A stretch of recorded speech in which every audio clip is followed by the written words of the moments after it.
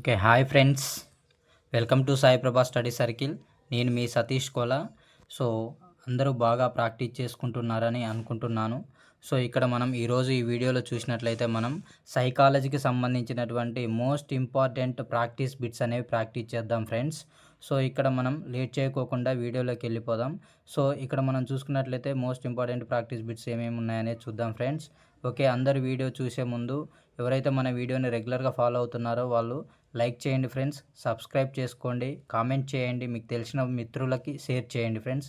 ఎందుకంటే ఇంపార్టెంట్ ఎగ్జామ్లో వచ్చేటటువంటి ప్రాక్టీస్ బిట్స్ అనేవి నేను ఇప్పుడు ఎక్స్ప్లెయిన్ చేయడం జరుగుతుంది. ఓకే ఫ్రెండ్స్, లేట్ చేయకోకుండా వెళ్ళిపోదాం.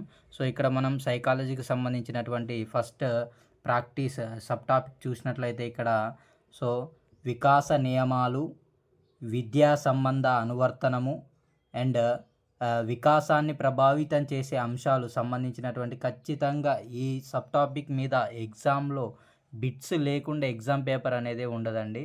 సో ఇక్కడ ఎగ్జామినరు ఏ విధంగా అడుగుతున్నాడు, మనం ఏ విధంగా ఈ బిట్స్ని ట్యాకిల్ చేయాలనేటటువంటి అంశం మీద నేను ఇప్పుడు ఎక్స్ప్లెయిన్ చేయదలుచుకున్నాను. సో ఓకే ఫ్రెండ్స్, ఓకే ఇక్కడ ఫస్ట్ క్వశ్చన్ చూసుకున్నట్లయితే మనం 1 minute. Yes okay. So yes friends, ఇక్కడ క్వశ్చన్ చూడండి ఒకసారి. మీకు ఏమైనా ఆన్సర్ తెలిసినట్లయితే మీరు కామెంట్ చేయొచ్చు కామెంట్ బాక్స్లో. Okay right. ఇక్కడ చూసుకున్నది ఫస్ట్ క్వశ్చన్ చూడండి.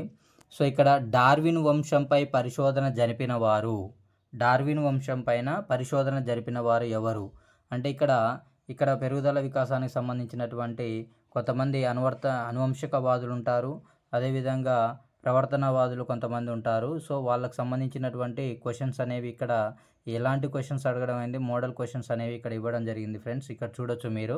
సో చూసుకున్నట్లయితే ఇక్కడ కామెంట్ చేయండి ఫ్రెండ్స్ ఆన్సర్ తెలిసినట్లయితే. డార్విన్ వంశంపై పరిశోధన జరిపిన వారు option 1 Dugdale, Goddard, Galton and Pearson. Answer తెలిస్తే కామెంట్ చేయండి ఫ్రెండ్స్. ఇక్కడ మనం ఆన్సర్ చూసుకున్నట్లయితే డార్విన్ వంశం పైన పరిశోధన చేసినది గోడార్ట్.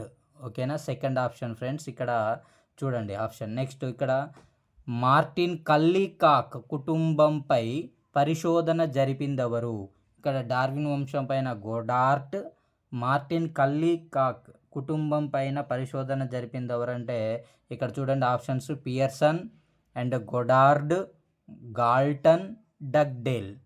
సో ఇక్కడ ఆన్సర్ తెలిస్తే కామెంట్ చేయండి ఫ్రెండ్స్. సో ఇక్కడ మార్టిన్ కల్లీకాక్ కుటుంబం పైన పరిశోధన జరిపింది గోడార్డ్ వంశానికి చెందినటువంటి సో గోడార్డ్ అనే వ్యక్తి మార్టిన్ కల్లీకాక్ అనే కుటుంబం పైన పరిశోధన చేయడం జరిగిందనమాట. అదేవిధంగా పడవ నడిపే పిల్లలు జిప్సీ పిల్లలపై పరిశోధనలు జరిపినవారు. ఓకే, పడవ నడిపే పిల్లలపైన జిప్సీ పిల్లలపైన పరిశోధన జరిపింది ఎవరు. Option 1 Freeman, WC Bagley, Watson, Gordon. So ఇక్కడ ఆప్షన్ తెలిసినట్లయితే కామెంట్ చేయండి ఫ్రెండ్స్ కరెక్ట్ ఆన్సర్. సో ఇక్కడ కరెక్ట్ ఆన్సర్ వచ్చేసి గోర్డన్. సో ఇక్కడ గోర్డన్ పడవ నడిపే పిల్లలు జిప్సీ పిల్లలపైన పరిశోధన చేయడం జరిగిందనమాట. సో నెక్స్ట్ చూసుకున్నట్లయితే ఇక్కడ గువ్వా అనే చింపాంజీ శిశువుపై పరిశోధన జరిపిన వారు.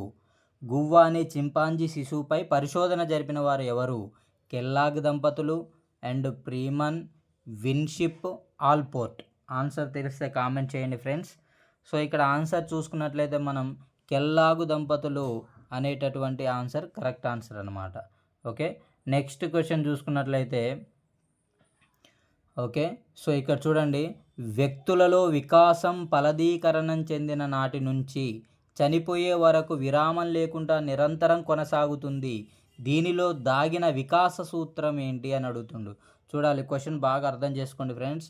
వ్యక్తులలో వికాసం ఫలదీకరణం చెందిన నాటి నుంచి చనిపోయే వరకు విరామం లేకుండా నిరంతరం కొనసాగుతుంది. ఇది ఏ వికాస సూత్రానికి సంబంధించింది. ఇక్కడ ఆప్షన్ 1 చూసుకున్నట్లయితే వికాసం ఒక పరస్పర చర్య, వికాసం ఒక ఖచ్చిత నమూనాను అవలంబిస్తుంది. పెరుగుదల వికాసం అన్ని దశల్లో ఒకే విధంగా సాగదు, వికాసం అవిచ్ఛిన్నంగా సాగుతుంది. ఓకే ఫ్రెండ్స్, మీకు ఆన్సర్ తెలిసినట్లయితే కామెంట్ చేయండి ఫ్రెండ్స్. సో ఇక్కడ ఆన్సర్ వచ్చేసి వికాసం అనేది అవిచ్ఛిన్నంగా సాగుతుందన్నమాట. అంటే ఫలదీకరణ చెందిన నాటి నుంచి చనిపోయే వరకు విరామం లేకుండా నిరంతరం సాగుతుంది వికాసం అనేది. Okay right. నెక్స్ట్ చూసుకున్నట్లయితే 7th క్వశ్చన్ ఇక్కడ చూడండి. శిశువులందరిలో భాషా వికాసం మొదట ముద్దు పలుకులతో క్రమంగా సంభాషణగా మారి పిదప సంక్లిష్టమైన భాషా నైపుణ్యాభివృద్ధికి దారితీస్తుంది. ఇందులో దాగి ఉన్న వికాస సూత్రం ఏంటి అంటే ఇక్కడ ఆప్షన్ 1 చూసుకున్నట్లయితే వికాసం అనేది ఒక పరస్పర చర్య, వికాసం ఒక ఖచ్చిత నమూనాను అవలంబిస్తుంది, పెరుగుదల వికాసం అన్ని దశల్లో ఒకే విధంగా సాగదు. ఇంకా ఆప్షన్ 4 చూద్దాం. ఆప్షన్ 4 వచ్చేసి వికాసం అవిచ్ఛిన్నంగా సాగుతుంది. ఓకే ఫ్రెండ్స్, మీకు ఆన్సర్ తెలిసినట్లయితే కామెంట్ చేయండి ఫ్రెండ్స్. సో ఇక్కడ చూసుకున్నట్లయితే ఆన్సరు ఒకసారి క్వశ్చన్ చూడండి. ఇక్కడ క్వశ్చన్ ఏమంటుండంటే క్వశ్చన్ చూడండి ఇక్కడ. సో శిశువులలో భాషా వికాసం మొదట ముద్దు పలుకులతో మొదలై క్రమంగా సంభాషణగా మారి పిదప సంక్లిష్టమైన భాషా నైపుణ్యాభివృద్ధికి దారితీస్తుంది. ఇందులో దాగి ఉన్న వికాస సూత్రం వచ్చేసి ఆన్సర్ ఈజ్ ద వికాసం ఒక ఖచ్చితమైన నమూనాను అవలంబిస్తుంది. That is the correct answer. Okay, next క్వశ్చన్కి వెళ్ళిపోదాం ఫ్రెండ్స్. ఇక్కడ చూసుకున్నట్లయితే క్వశ్చన్ వచ్చేసి పిల్లల్లో ఎవరిలోనైనా ముందు ప్రాకుట, తర్వాత కూర్చొనుట, ఆ తర్వాత నిల్చొనుట, నడుచుట జరుగును. ఇందులో దాగి ఉన్న వికాస సూత్రం ఏంటి? ఓకే ఫ్రెండ్స్, ఆన్సర్ తెలిస్తే కామెంట్ చేయండి. ఆప్షన్స్ ఒకసారి చదువుతున్నాను చూడండి. ఇక్కడ ఆప్షన్ 1 వచ్చేసి వికాసం ఒక ఖచ్చితమైన నమూనాను అవలంబిస్తుంది, వికాసం అన్ని దశల్లో ఒకే వేగంతో జరగదు, వికాసంలో వైయక్తిక భేదాలుంటాయి, వికాసం అవిచ్ఛిన్నంగా సాగుతుంది. ఆన్సర్ తెలిస్తే కామెంట్ చేయండి ఫ్రెండ్స్. ఇక్కడ ఆప్షన్ వచ్చేసి కరెక్ట్ ఆన్సర్ వికాసం ఒక ఖచ్చితమైన నమూనాను అవలంబిస్తుందన్నమాట. ఎందుకంటే మొదటగా ముందు ప్రాకుట, తర్వాత కూర్చొనుట, తర్వాత నిల్చొనుట, ఆ తర్వాత నడవడం జరుగుతుందన్నమాట. సో ఇది ఆప్షన్ 1 అనేది correct answer. So next question చూసుకున్నట్లయితే ఇక్కడ ఒక శిశువు 9వ నెలకు నడవడం ప్రారంభిస్తే వేరొక శిశువు సంవత్సరంకు నడవకపోవచ్చు. దీనిలో ఇమిడి ఉన్న సూత్రం. So very easy. సో ఇక్కడ చూడండి వికాసం అనేది ఎలా ఉంటుంది అంటే చూసినట్లయితే ఆప్షన్ చూడండి ఒకసారి. వికాసం ఒక ఖచ్చిత నమూనాను అవలంబిస్తుంది, వికాసం అన్ని దశల్లో ఒకే వేగంతో జరగదు, వికాసంలో వైయక్తిక భేదాలు ఉంటాయి, వికాసం అవిచ్ఛిన్నంగా కొనసాగుతుంది. ఆన్సర్ తెలిస్తే కామెంట్ చేయండి ఫ్రెండ్స్. సో ఇక్కడ మనకి ఆన్సర్ వచ్చేసి ఏంటంటే వికాసంలో వైయక్తిక భేదాలు ఉంటాయి అన్నమాట. ఎందుకంటే కొంతమందిలో ఇక్కడ ఏదైతే వికాసం కొంతమందిలో ముందుగా ఉంటుంది, తర్వాత కొంతమందిలో లేటుగా ఉంటుందన్నమాట. సో అందుకనే వికాసంలో వైయక్తిక భేదాలు అనేవి ఉంటాయన్నమాట. సో నెక్స్ట్ చూసుకున్నట్లయితే ఇక్కడ శిశువు మొదట భుజం కండరాలు, తర్వాత చేతి కండరాలు, పిదప చేతి వేళ్లపై అదుపు వస్తుంది. అందులో దాగి ఉన్న వికాస సూత్రం ఏంటి? మొదటగా అంట భుజం కండరాలంట, తర్వాత చేతి కండరాలు, ఆ పిదప వేళ్లపై అదుపు వస్తుంది. దీనిలో దాగి ఉన్న వికాస సూత్రం ఏంటి? మనం చూసుకున్నట్లయితే ఇందులో ఆప్షన్స్ చూడండి. వికాసం ఒక ఖచ్చితమైన దిశగా సాగుతుంది, వికాసం ఒక ఖచ్చితమైన నమూనాను అవలంబిస్తుంది, వికాసం అన్ని దశల్లో ఒకే వేగంతో జరగదు, వికాసంలో వైయక్తిక భేదాలు ఉంటాయి. సో ఇక్కడ ఆన్సర్ చూసుకున్నట్లయితే మనకి వికాసం ఒక ఖచ్చితమైన దిశగా సాగుతుందన్నమాట. సో ఇది ఈ వికాస సూత్రానికి సంబంధించింది. మొదటగా కండరాలు, తర్వాత ఏమవుతుంది భుజం కండరాలు ఫస్ట్, తర్వాత చేతి కండరాలు, పిదప వేళ్లపై అదుపు అనేది వస్తుందన్నమాట. సో అది చూసుకోండి. నెక్స్ట్ ఇక్కడ కొద్దిగా డిఫికల్ట్లోకి వెళ్ళిపోదాం. లెవెల్ 3కి సంబంధించినటువంటి క్వశ్చన్స్ చూడండి ఫ్రెండ్స్. ఇక్కడ ఓకే, శిశువు మొదట స్త్రీలందరినీ అమ్మా అని సంబోధించి తర్వాత వయసు పెరిగే కొద్దీ ఆ పదాన్ని తన తల్లికి మాత్రమే ఉపయోగిస్తే ఏ వికాస సూత్రాన్ని అనుసరిస్తున్నట్లు భావించాలి?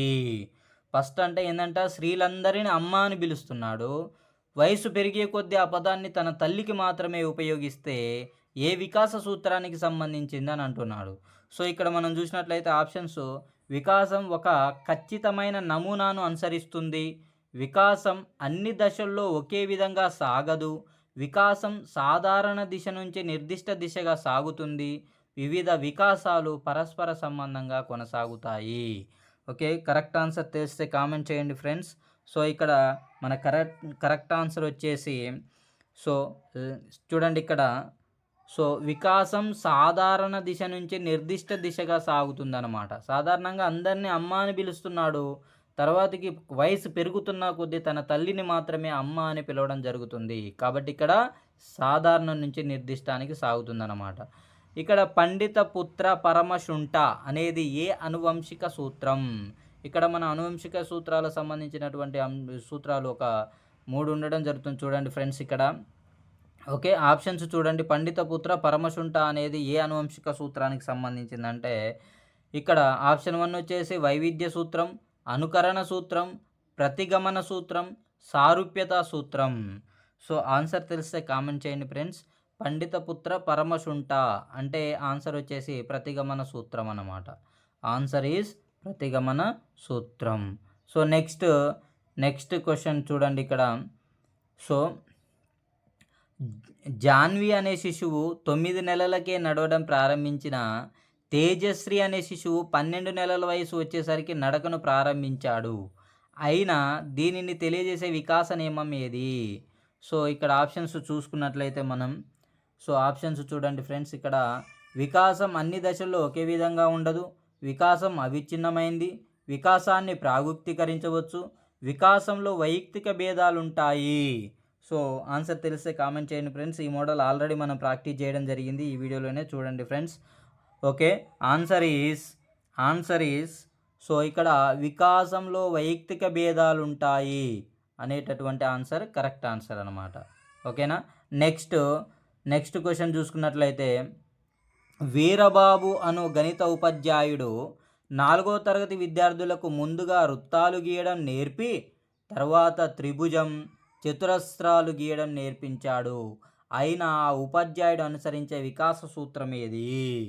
సో ఫస్ట్ ఏం చేసిండు, వృత్తాలు గీయడం నేర్పిండు అనమాట. తర్వాత త్రిభుజాలు, చతురస్రాలు గీయడం నేర్పిండు. అయితే ఇది ఏ వికాస సూత్రానికి సంబంధించిందని అడగడం జరుగుతుంది ఇక్కడ.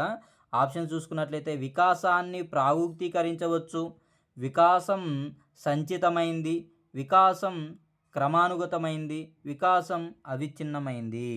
సో ఆన్సర్ తెలిస్తే కామెంట్ చేయండి ఫ్రెండ్స్. సో ఇక్కడ ఆన్సర్ వచ్చేసి వికాసం అనేది క్రమానుగతమైందనమాట. మొదటగా వృత్తాలు గీయడం నేర్పి తర్వాత త్రిభుజాలు గీయడం నేర్పిండు. ఆ తర్వాత ఏం చేసిండంటే చతురస్రాలు గీయడం నేర్పిండంట. అంటే ఇక్కడ వికాసం అనేది ఏమైంది, క్రమానుగా జరుగుతుందన్నమాట. సో అది చూసుకోవాలి ఫ్రెండ్స్. ఇక్కడ నెక్స్ట్ క్వశ్చన్ వచ్చేసి ఓకే, సో ఇక్కడ చూడండి. చింతల చక్రపాణి అను ఉపాధ్యాయుడు తన విద్యార్థులకు ఇచ్చే ఇంటి పనిలో కొందరి విద్యార్థులకు ఎక్కువ అంశాలు, కొందరి విద్యార్థులకు తక్కువ అంశాలు కేటాయించిన ఆ ఉపాధ్యాయుడు అనుసరించే వికాస సూత్రం ఏంటి? సో ఏమంటుండంటే ఇక్కడ తన విద్యార్థులకు ఇచ్చే ఇంటి పనిలో కొందరి విద్యార్థులకు ఎక్కువ అంశాలు, కొందరి విద్యార్థులకు తక్కువ అంశాలు కేటాయించిన ఆ ఉపాధ్యాయుడు అనుసరించే వికాస సూత్రం ఏంటి అని ఇవ్వడం జరిగింది. ఆప్షన్స్ చూసుకున్నట్లయితే వికాసం అవిచ్ఛిన్నమైంది, వికాసం క్రమానుగతమైంది, వికాసంలో వైయక్తిక భేదాలుంటాయి, వికాసాన్ని ప్రాగుక్తీకరించవచ్చు. సో ఇక్కడ మనకి ఆన్సర్ వచ్చేసి ఇక్కడ ఇద్దరు విద్యార్థుల మధ్యను పోల్చడం జరిగింది కాబట్టి ఇది ఏ వికాస నియమానికి సంబంధించిందంటే వైయక్తిక భేదాలకు సంబంధించింది. అంటే వికాస నియమాలు ఖచ్చితంగా నేర్చుకోవాలి. అందులో నుంచి 1 or 2 క్వశ్చన్స్ ఖచ్చితంగా వస్తాయి ఫ్రెండ్స్. వైయక్తిక భేదాలకు సంబంధించినటువంటిది బాగా ఎగ్జాంపుల్స్ అనేవి ఇవ్వడం జరుగుతుంది కంపారిజన్ చేసినట్లుగా. సో కాబట్టి బాగా ప్రాక్టీస్ చేసుకోండి ఫ్రెండ్స్. నెక్స్ట్ వీడియోలో నెక్స్ట్ సబ్ టాపిక్కి సంబంధించినటువంటి సైకాలజీ బిట్స్ అనేవి మనం చూద్దాం. ఓకే ఫ్రెండ్స్, లేట్ చేయకోకుండా అందరూ బాగా ప్రాక్టీస్ చేయండి. సో టెట్లో మనకు మ్యాక్సిమం 120 ఎబో మార్క్స్ వచ్చినట్లయితే ఖచ్చితంగా మనం డిఎస్సిలో మన యొక్క పోస్ట్ ఎక్కడికి అనేది వెళ్ళడం జరగదు. ఓకే ఫ్రెండ్స్, మన వీడియో నచ్చినట్లయితే సబ్స్క్రైబ్ చేయండి, లైక్ చేయండి, షేర్ చేయండి, కామెంట్ చేయండి, మీ మిత్రులకు షేర్ చేయండి. Thank you. Have a nice day.